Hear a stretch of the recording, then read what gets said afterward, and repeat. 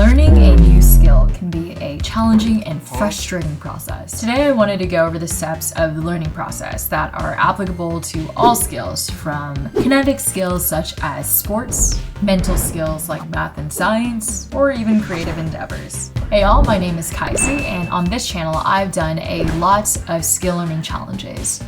A ton now. You can find the videos and the documentation of those journeys in the rest of the videos on this channel, but today I'll be focusing more on doing a deep dive of the learning process and using some of my challenges as examples. So when I ask people what they think about the learning process, they often give a two-stage answer. The first is you don't know anything, and the second is you know how to do it. I think that's a little bit too simplistic, so I've sectioned out the steps into 8 different stages. The first stage is being blissfully unaware. This is when you don't even realize you know something, mainly because you're not interested in it yet. For example, you might not know that a year later you would want to get into Jiu Jitsu, or you might not know that you're unable to balance on 2 wheels because you've never ridden a bicycle before. The second stage is curiosity. This is a stage when you become initially interested in that skill. Maybe you watch the Queen's Gambit, so you get interested in a game of chess. Or a friend of yours is a photographer, and after pictures with them, you start looking into photography and new cameras. I watched martial arts movies when I was a kid, and that plus kind of my sports background has led me to want to try out some martial arts challenges on this channel. In this stage, you haven't done anything yet. Maybe you've done a deep dive on YouTube of the skill because you think it's cool, but at this point, it's just kind of initial curiosity. Stage 3 we call initial excitement. This is when you go out to buy that new camera, that new chessboard, or those new boxing gloves. You might even purchase a course online or get a membership at a gym. This is when things get started rolling in motion. You start to learn the very basic introductions of the skill. Oftentimes, not always, but often, this is when you see the easy wins, because the very basics of a skill are usually not that hard. The amount that you learn in this time is much greater, and you're learning faster, leading to a steeper learning curve. For example, in dance, you might learn how to do the basic 2-step, or in language learning, you'll learn how to say 1 through 10. I also call this the honeymoon phase, because you're brand new, extremely excited about the project, and still in the high of how cool that martial arts kick looked on screen. Your neurons are firing in different ways. It's almost like eating a very good meal. Everything you have been learning at this point has been smooth sailing for the most part, but then you hit your first roadblock. Maybe it's that detail about a rotation in your punch that you just can't get, or it's that chest opening sequence that you don't really understand. The initial newness of a skill has gone away a lot, and this is your very first moment of true struggle. You think to yourself, oh, this might not be as easy as I thought it'd be, and this might happen in your very first class, or this might happen a few months in. I was gonna say later that a lot of people quit in stage 6, but actually a lot of people quit here as well. You start to realize you can't just be Lionel Messi or Bruce Lee in just a couple of weeks. The rose-colored glasses have come off. Stage 5 is pushing through early struggles. So, you've realized some hard work and effort will be needed, and you're ready to put in the work. The learning curve has gone flatter, and it takes a little bit more time to learn different concepts. But it's okay. You decided to push through, working on that punch, or asking your coach for some clarifying feedback. Usually at this stage, all the knowledge that you've accumulated so far has put you in probably the top 5% of people in the world for that particular skill. It doesn't usually take that much. Stage 6 comes complicated concepts. Here's another dip. This is when even more complicated concepts are thrown at you.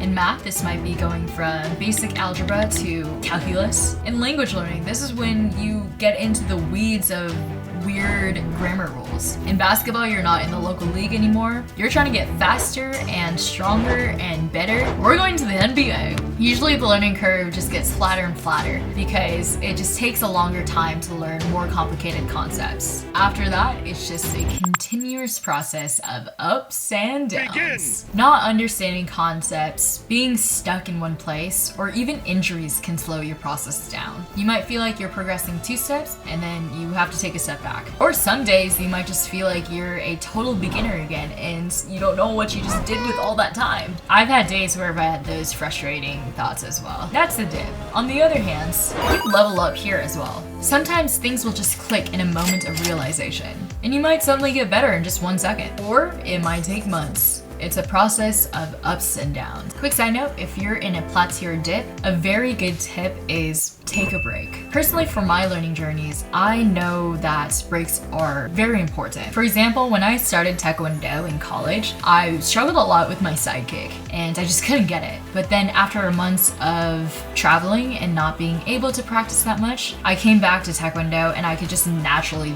do the side kick. In one of my challenge examples, I did the saxophone for 30 days and that was probably one of the toughest things to do. Halfway through, I couldn't get the sound working properly, and for that one, I took a few days off, which is a risk for me in 30-day challenges because there's not that many days. But even those 3 to 4 days of just total rest, I came back to the saxophone and I could play so much better. Sometimes, instead of just hacking away at something that's not working over and over and over again, taking a step back allows your brain to subconsciously sort through everything you've learned, and maybe when you come back, you'll be able to do the skill, or at least you'll come back with a new, fresh perspective. Stage 8, enlightenment. Just kidding. I mean, you can call it that, but we'll call it mastery. This is when you've mastered the skill and you don't have to think about it while you're doing it. In simpler skills, you can ride a bike and you don't have to think about balancing on those 2 wheels. And for more advanced skills, this means you're highly proficient or a professional at it. In my case, not at a professional level, but I think I've reached a certain degree of mastery in both piano and soccer, both of which I've done since I was like 7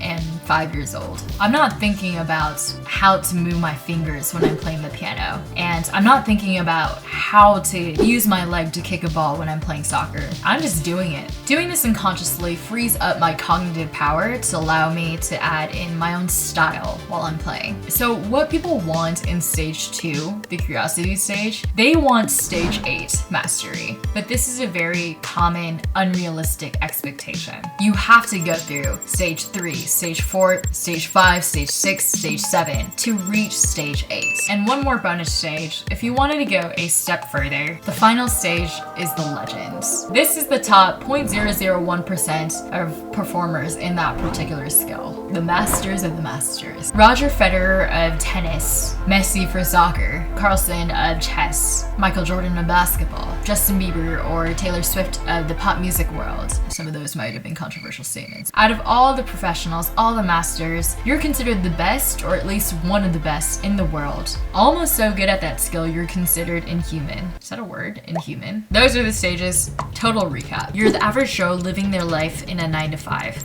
You see an ad for a kickboxing gym in town, and you recently rewatched Rocky, so you decide to sign up for a 1-month trial. The first 3 classes are super fun. You're learning how to kick, you're learning how to punch, you feel like you're getting in shape. You're showing your newfound skills to your friends and family. Every class, you're learning something new. After about 3 weeks of training, things start to get repetitive. Your teacher tells you there's something a little bit wrong with your kick, but you're not really sure how to fix it. Your 1-month membership is almost up, and it's time for you to decide whether or not to continue. And even after this honeymoon phase is over, you decide to keep continuing. So you push through the struggles, and you decide to sign up for another month of memberships. You're working on the details of that kick. Things are slower, but you are slowly improving. A few months in, you start learning more and more concepts. You stick with it, continuing for over a year. Some days, you keep losing your sparring matches, and other days, you feel like you are making no progress at all. The newness feeling is more or less gone, but you decide to keep at it through the ups and downs. You enjoy going to class, and you believe that doing this will lead to eventual improvement. After multiple years, you've gotten really good,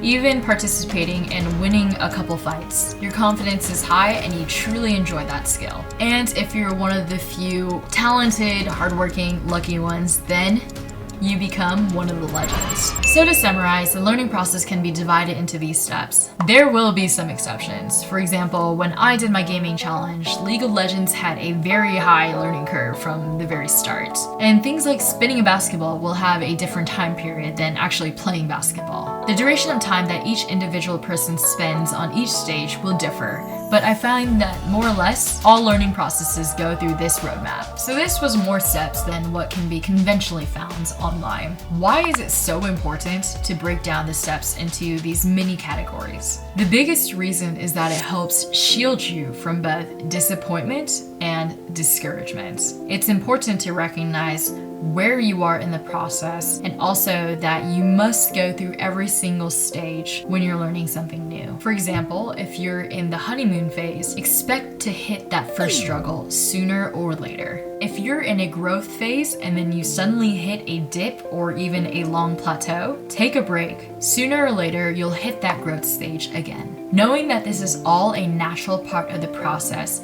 helps the learner stay realistic and, quite frankly, excited about going through this journey, through this line on the map, with its dips and all. You're kind of like a main character in a video game. I know personally for me, this mindset, this knowledge has helped me so much in my challenges. Remember, you can always choose to quit, but only do so after you've thought through all of these steps and really navigated and analyzed where you are in the process. I haven't done many of these explainer videos on this channel, but if you enjoyed what I talked about today and you want to see more of it, let me know in the comments below. Otherwise, follow me on Instagram for more behind the scenes content. If you want to see my kind of crazy skill learning videos, then check out these videos here. And if you want to stay up to date to whatever I'm learning or challenging myself to next, then go ahead and click that subscribe button below.